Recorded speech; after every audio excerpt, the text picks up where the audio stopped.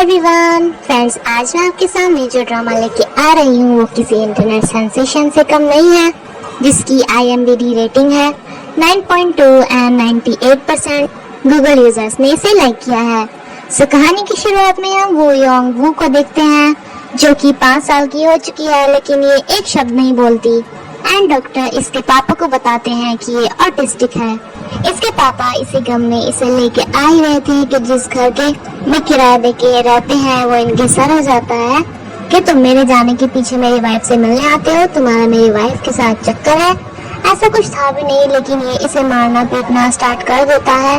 वो योंग वू इससे काफी ज्यादा घबरा जाती है एंड लॉ के रूल्स बोलना स्टार्ट कर देती है कि अगर तुम ऐसे करोगे तो तुम्हारे ऊपर ये वाली धारा लग जाएगी वगैरह वगैरह। इसके पापा ये देखकर काफी ज्यादा शॉक में भी थे एंड काफी ज्यादा खुश होके इसे यहाँ से ले जाते हैं। एंड ये सारे लोग जो भी ये बोल रही थी इसके पापा की बुक्स में इसने पढ़े थे एंड वो भी इतनी सी उम्र में इसे सारे याद भी हो गए थे, यानी कि एक जीनियस ऑटिस्टिक बच्ची थी। नाउ वो योंग वू बड़ी हो जाती है एंड लॉ फॉर्म में इसका फर्स्ट डे होता है, यानी कि अब ये एक लॉयर बन चुकी है जिसने अपनी यूनिवर्सिटी भी टॉप की है, लेकिन ऑटिस्टिक होने की वजह से बाकी सबसे अलग बिहेव करती है एंड वेल्स को लेके तो इसका बहुत बड़ा ऑब्सेशन है। साथ में ये दूसरे जो भी बोलते हैं उन्हें रिपीट भी करती है, जिसपे इसके पापा इसे समझाते हैं कि वहाँ पे फालतू में वेल्स की बातें मत करना एंड किसी की भी बात को मत दोहराना।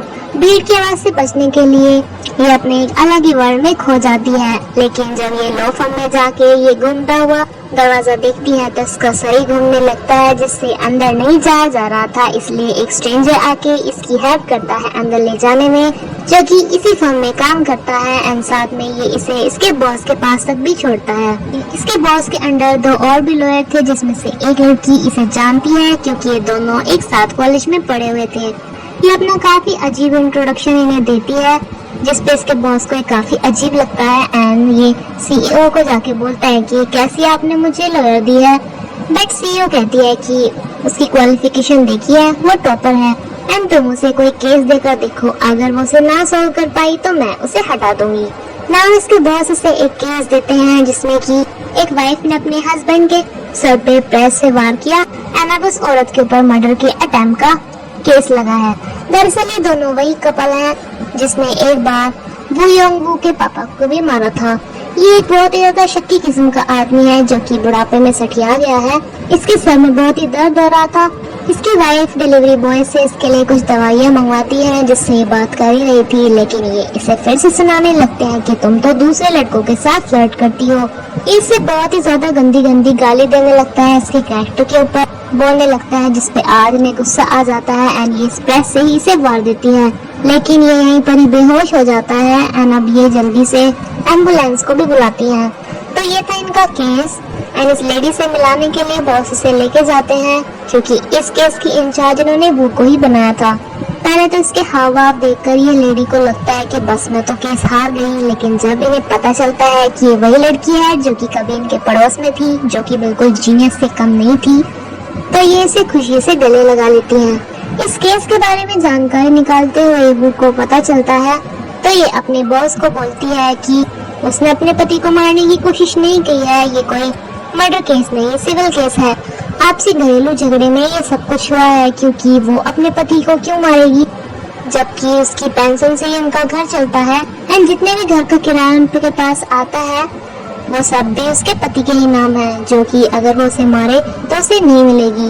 इसकी इतनी सारी बातें सुन के डॉक्टर को अब लगता है, इसके बॉस को अब लगता है कि जितनी बुद्धू ये इसे समझ रहा था ये ऐसी बिल्कुल भी नहीं है, जो कि बहुत ज्यादा टैलेंटेड है। इसलिए ये इसे सॉरी भी बोलता है एंड केस को समझने के लिए इसे विक्टिम से मिलने के लिए बोलता है, जो कि उसका हस्बैंड था एंड अभी हॉस्पिटल में पड़ा हुआ था। ये भी नहीं थी तो इसके साथ ली लुन वो को भेजा जाता है, जिसे कि एक लड़की काफी टाइम से गिफ्ट दे रही थी। लॉ से बाहर निकलते हैं ये फिर से इस दरवाजे के सामने चकराने लगती है। ली जुन हो इसकी हेल्प करने को बोलता है तो ये कहती है कि नहीं, मैं किसी का वेट कर रही हूँ। एंड कुछ टाइम बाद जब ये फोन करता है तब इन्हें पता चलता है कि ये दोनों एक दूसरे का यहाँ पर वेट कर रहे थे। अब ये इसे कहता है कि ये ऐसे इस दरवाजे से निकले जैसे 1 2 3 बोल के ये डांस कर रही हो। ये ऐसे ही करती है एंड दरवाजे से बाहर आराम से निकल जाती है। डॉक्टर ने बताता है कि उस बेचारे को तो पहले से ही सब ड्यूरल हेमाटोमा था उसके सर में एंड ऊपर से उसकी वाइफ ने वहीं पर ही वार कर दिया।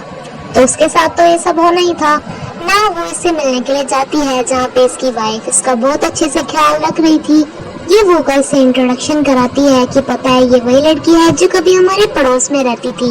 लेकिन ये बुड्ढा फिर से सटिया जाता है जो कि वो के सर हो जाता है कि अच्छा तुम उसी की लड़की हो जिसका मेरी वाइफ के साथ अफेयर था, तुम यहाँ पर क्या लेने आई हो वगैरह वगैरह।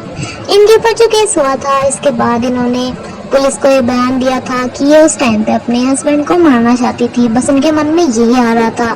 तो वो इन्हें समझाती है कि इसे ऐसा बयान नहीं देना चाहिए था, सिर्फ इसके ऐसे सोचने पे भी इसे जेल हो सकती है। एंड ये वो को बताती है कि इसके हस्बैंड के सर में काफी टाइम से पेन होता था सर में, एंड उस दिन भी हो रहा था। वापस आके ली जुनो बॉस को बोलता है कि वो बुड्ढा है ही ऐसा, उसकी वाइफ की जगह कोई और होता तो वो भी इसके ऊपर अटैक कर देता। वो की ये कॉलेज मेट अपने दूसरे लॉयर को बोल रही होती है कि मैं इसे बीमार समझ के यूनिवर्सिटी में इसकी इतनी हेल्प किया करती थी, बट उस टाइम पे मैं इतनी चौंक गई जब मुझे पता चला कि यूनिवर्सिटी में फर्स्ट आई है। इसका फ्रेंड कहता है कि फिर अब तुम इसकी हेल्प क्यों करती हो, तो ये इसे ऐसी हालत में देख के कहती है कि देखो इसे ऐसी हालत में देख के मैं इसकी हेल्प कैसे न करूं। इसे वो के ऊपर काफी गुस्सा तो आ रहा था बट फिर भी इसकी हेल्प करती है। ना ये अपनी बेस्ट फ्रेंड रामी से मिलने के लिए जाती है जहाँ पे हमें आइकॉनिक सीन देखने को मिलता है।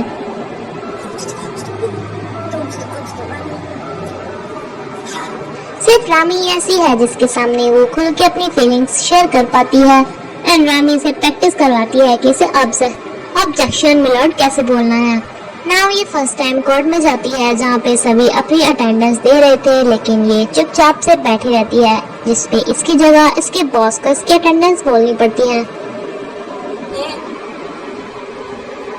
इसका अपोजिशन इन्हें कहता है कि इसमें तो कोई दो राय है ही नहीं कि तुमने अपने हस्बैंड को मारने की कोशिश की, बिकॉज तुमने खुद ही बयान दिया था कि मैं उस टाइम पे अपनी हस्बैंड को मारना चाहती थी।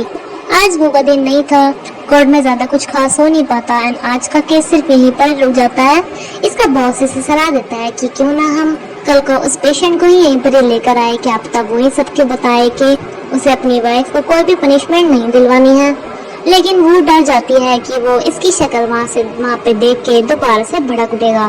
सो नेक्स्ट डे इस पेशेंट को भी यहाँ पर लेके आ जाते हैं एंड वो का बॉस जानबूझकर इसे कहता है कि वो तुम्हें देख के भड़क जाता है ना, तो तुम उसके सामने जाओ, वो भड़केगा एंड सभी को पता चलेगा कि वो कितना ज्यादा बुरा है।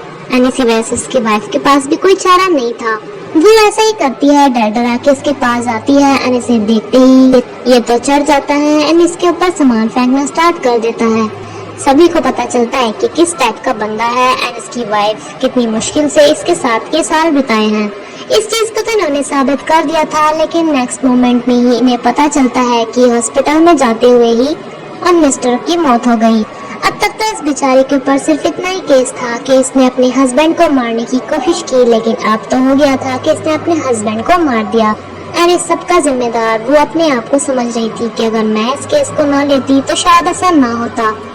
लीवो को उस पेशेंट की ऑटोस्पाई ला के देता है जिसमें ये सब था कि उसे पहले से सर में दर्द होता था एंड साथ में उस डिलीवरी बॉय का भी बयान था कि उस दिन भी उसके सर में दर्द था जिसकी वो दवाई लेकर आया था। ली से कहता है कि देखो ये जो प्रेस है, जो सबूत है, इसकी शेप किसी व्हील जैसी लगती है ना, बट वो इसे कहती है कि हम व्हील की बातें यहाँ पे ऑफिस में नहीं कर सकते, ऐसा मेरे पापा ने बोला था। लेकिन ली इसे कहता है कि हम दोनों आपस में तो कर ही सकते हैं ना। तो ये अपने दोबारा से उसी व्हील वाले वर्ड में चली जाती है, इसे बहुत कुछ बताने लगती है। तभी इसे एक आइडिया आता है। नेक्स्ट डे इस डॉक्टर को कोर्ट में बुलाया जाता है एंड वो इसे पूछती है कि क्या उन्हें वो बीमारी पहले से ही थी, जिसपे हाँ बोलता है एंड ये इसके पास बयान भी थे कि उस दिन भी इसके सर में दर्द हो रहा था। वो इस बात को साबित कर देती है कि उनकी मौत उनकी वाइफ के मारने से नहीं बल्कि पहले से जो उनके सर में बीमारी थी उससे हुई है, क्योंकि अपनी वाइफ के मारने के बाद भी वो मरे नहीं थे, मरे वो बाद में जिनका कि उनके वाइफ के साथ कोई लेना देना ही नहीं था। इसके साथ ही इस केस को जीत जाते हैं। ये लेडीज का बहुत बड़ा शुक्रिया अदा करती है जिसकी वजह से जीत गई थी। इसके बॉस भी इसे देखकर स्माइल कर रहे थे, लेकिन जब ये देखती है तो यहाँ से चले जाते हैं। वो के पापा से मिलने के लिए वो की सीईओ आती है जिसे कि ये पहले से जानते थे। इसी के साथ ये एपिसोड यहीं पे खत्म होता है। फ्रेंड्स, अगर आपको ये सीरीज अच्छी लगी है तो आप मुझे कमेंट करके बताना कि मुझे आगे कंटिन्यू करनी है या नहीं। अगर ना अच्छी लगी हो तो वो भी बताना जिससे कि मैं दूसरी सीरीज लेके आऊँ। Thank you friends.